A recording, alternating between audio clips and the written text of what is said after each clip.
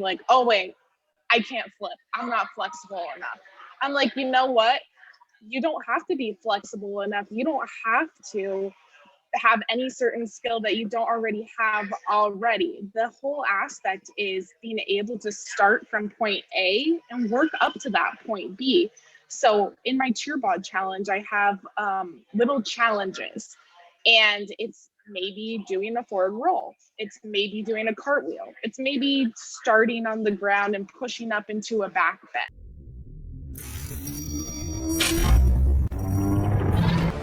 Hello and welcome.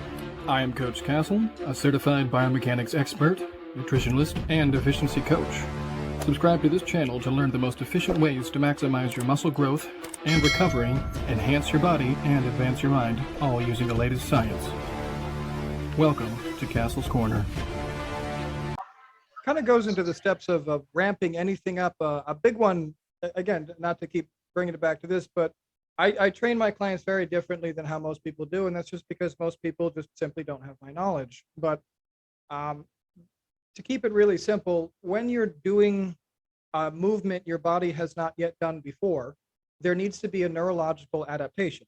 So, I mean, a really easy kind of comedic example is a baby learning how to walk. I mean, it's not entirely accurate because at that point the baby doesn't have kneecaps and stuff, but the baby has to actually learn the movement. It has to learn to balance itself. It has to learn to use its muscles. That's developing the neurological connections to do that. The baby doesn't do that in 5 minutes. It takes a while. Well, it's the same thing when you go to the gym. Even if I'm teaching you the best, the most natural, the perfect movement, you might not even be able to do it. And that's because you've never done it before. A big one I always say is a scapular retraction. It's your middle trapezius muscles, you know, your upper trapezius and the middle trapezius. Well, your middle trapezius muscles, they only connect to your scapula and they don't connect to your arms. So in order to train your middle trapezius, you have to pull your scapula together, basically like this kind of. But it's very difficult for most people to do just because they have never, ever done that. So I tell people to get really discouraged, like, oh, I can't do it. Oh, I said, no, just understand this.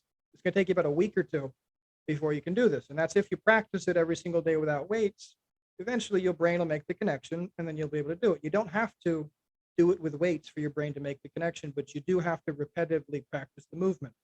So many people I feel might get discouraged with, I mean, any manner of exercise or martial art or anything else. If it's a neurological issue, they expect results immediately. Right now, I can't do it.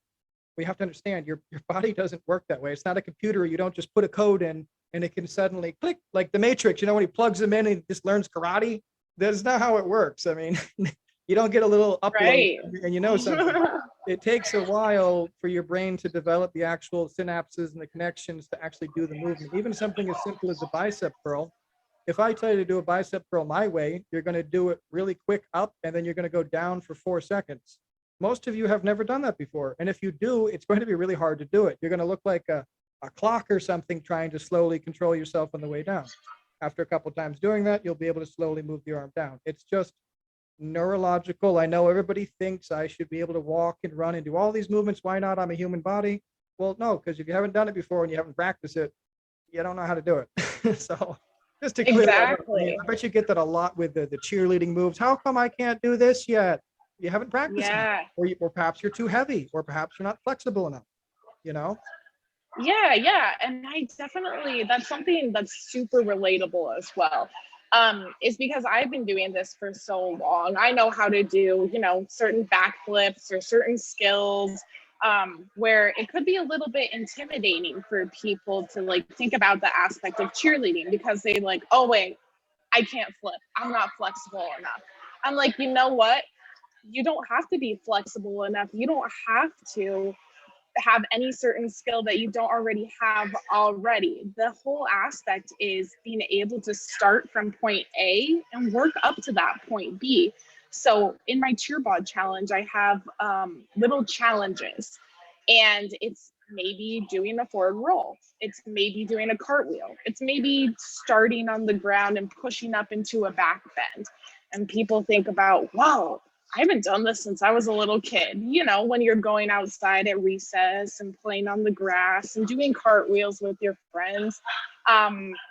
Like a lot of it you were able to do when you were young, but over time, we're not really able to do this as an adult. So where is someone going to go in and tell you, hey, go do a cartwheel right now? Hardly ever, right? But that's what's fun about it, is because you're trying and starting from point A where you haven't done it in a handful of years, or maybe you've never done it in your life. And you're like, I'm going to challenge myself to do something fun. I'm going to challenge myself to work up to it. Maybe it might take a week, maybe it might take 2, maybe it might take a month. And honestly, you don't ever have to get it. It's just the aspect of learning something new to be able to do a certain skill that's ultimately just going to be fun. Mm-hmm.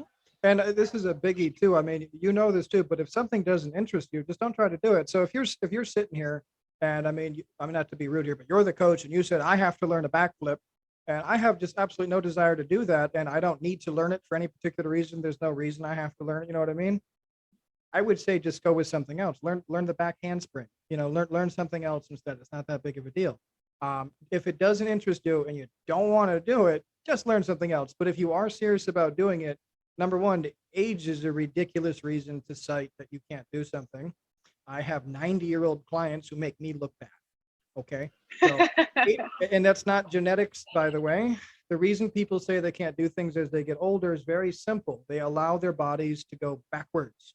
But just like you can allow your body to go backwards, and we know what causes your body to go backwards. So because we know what causes your body to go backwards, we know how to fix it. So guess what? If you can't do a backflip, well, all that means is you probably have some locked muscles in your chest, or perhaps some flexibility issues, or maybe some fused vertebrae. Those are all things that can be overcome. You just have to practice and apply the correct knowledge. And as you know, I'm not talking about hours a week here, am I? We're neither one of us is talking about hours a week. We're talking about practicing a movement a couple times a week, and you'll have it. We're talking about a couple times here and there, a couple times a day, depending what it is. I mean, I don't know how you do things, but if I tell somebody to practice it, I usually say every day for a minute or two, or perhaps every other day for a minute or two. It's practice. That practice to me doesn't mean hours and hours and hours on a single day. That's not productive practice because you're not focused. I'd rather you practice perfectly for a couple minutes, and then you give yourself time to acknowledge, learn, build those connections. The next day, practice perfectly with correct focus for an hour or two. And guess what? That's how you make fast progress. Yeah, exactly. I mean, that's very similar to what I do, 2 to 5 minutes for a challenge a couple times a week. Mhm. It's just pushing yourself out of that comfort zone. And if you want to try it, cool. If you don't want to try it, you don't have to, Yeah. it's ultimately up to you. And I love that you integrate that with your coaching style too, Castle. That's amazing.